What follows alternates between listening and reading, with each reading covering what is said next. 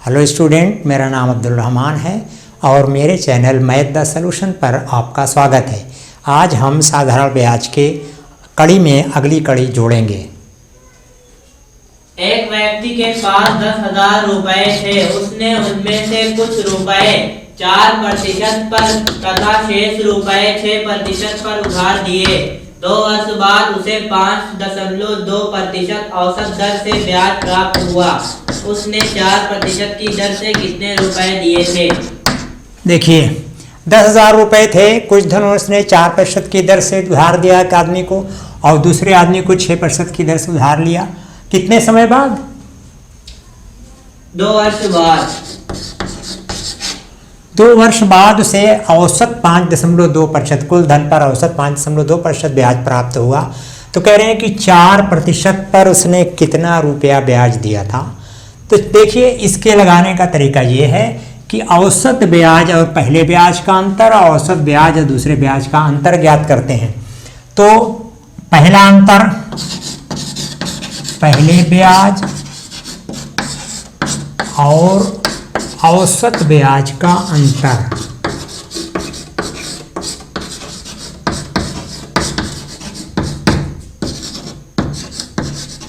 अंतर 5.2 से 4 घटेगा। आप 4 से 5.2 घटाएंगे तो ऋणात्मक मान आएगा, ब्याज ऋणात्मक नहीं होती।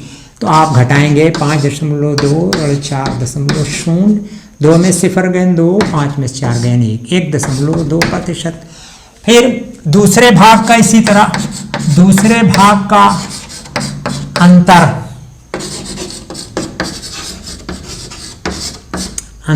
दूसरे भाग का अंतर आप देखेंगे तो 6 ऋण 5.2, 6.0 ऋण 5.2, 10 में 2 गए 8, ये हो गया 0.8%। अब दोनों का अनुपात, पहले ब्याज, पहले अंतर और दूसरे अंतर, दोनों का अनुपात यहाँ हम लिख नहीं रहे लेकिन आपको बता रहे हैं।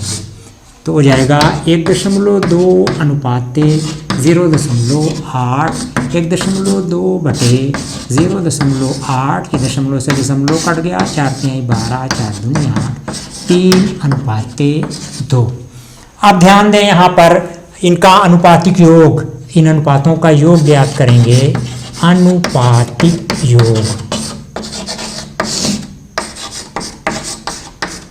योग 3 धन 2 बराबर 5। देखिए, 5 में 3 भाग पहला वाला है तो पूरे धन में भी 3 भाग दिया गया होगा, 3 भाग उसको ब्याज का मिला है। तो आप निकालेंगे 4% का भाग 10,000 रुपये में, तो ये हो जाएगा 10,000 का 3/5, 5 दूनी 10 और 2 तिहाई 6,000। पहला भाग जो 4% कर दिया गया वो 6,000 रुपये थे। प्लीज दूसरा सवाल पढ़ें। राम ने गोपाल को 10,000 रुपए इस शर्त पर उधार दिए कि पहले 5 वर्ष तक 4%, अगले 3 वर्ष तक 5% और इसके पश्चात 7% ब्याज प्रति वर्ष लगेगा। यदि गोपाल ने 11 वर्ष बाद रुपए लौटाए हो तो ब्याज कितना हुआ? हाँ, देखिए, अलग अलग दरों पर अलग अलग समयों के लिए यहाँ दिया गया है उधार। तो इसका क्या तरीका होता है? इसमें होता है कि SI सिंपल इंटरेस्ट बराबर P R1T1 plus R2T2 plus R3T3, इस तरह n तक, n वर्षों तक बटे 100, ये होता है आपका। तो SI यहाँ निकालना है आपको। और P 10,000 रुपये उन्होंने उधार दिए थे। और R1T1, देखिए ये है R1T1, 4 × 5 धन, ये है R2T2, 5 × 3 धन। अब देखिए, 5 3 8 वर्ष और 11 वर्ष के लिए दिए थे। तो 8 वर्ष तक तो पहले 5 वर्ष 4% लगा, फिर दूसरे 3 वर्ष 5% लगा, तो कितना समय बचा? 5 3 8, 11 में 8 गए 3, ये R1 R3 T3 7 गुणे 3 और बटे 100। बस आप सवाल लगा डालें। 10,000 गुणे, देखिए 4 पंजे 20, 5 तिहाई 15, 20 15 35, 7 त्रिक 21, तो ये हो जाएगा 35 में 21 जोड़ देंगे तो 56 बटे 100। तो 2 सिफर से 2 सिफर कट गए और 56 में 100 से गुणा कर दें। 5600 रुपये दिए थे उसने, ब्याज के मिले उसे। प्लीज तीसरा सवाल पढ़ें। शिवा ने 25,000 रुपए में से कुछ भाग 5% ब्याज पर और शेष भाग 8% उधार दिए। यदि 3 वर्ष के पश्चात उसे औसत 6.8% ब्याज मिला हो तो उसके द्वारा दिए गए दोनों भाग अलग अलग ज्ञात कीजिए। औसत 6.8% ना। ठीक, देखिए ये सवाल जो है पहले सवाल की तरह है। आप देख लें, इसको दोहराने के तौर पर इस तरह के 2 सवाल लिए गए हैं। तो पहले इनका अंतर, पहले ब्याज और औसत का अंतर।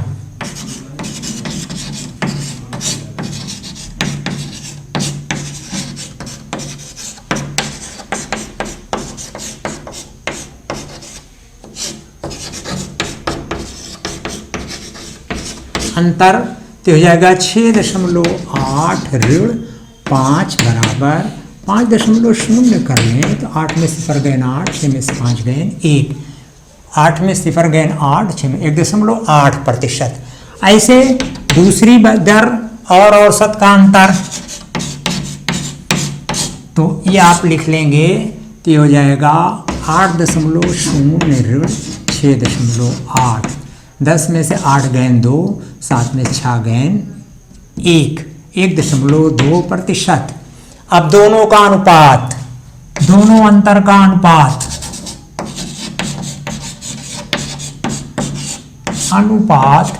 तो आप कर लोगे 1.8 अनुपाते 1.2, 1.8 बटे 1.2, 1.2 कर लिया, 6 त्रिक 18, 6 दूनी 12, 3 अनुपाते 2।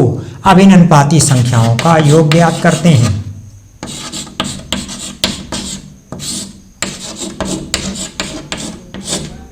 अनुपाती योग ज्ञात करते हैं तो वो मिलता है आपको 3 धन 2 बराबर 5। अब देखिए 5 में पहला भाग 3 है तो 25,000 में कितना होगा, जिस अनुपात में धन दिया गया रहता है उसी अनुपात में ब्याज भी मिलता है। अंतर उनका जो होता है उसी अनुपात में होता है। तो पहला भाग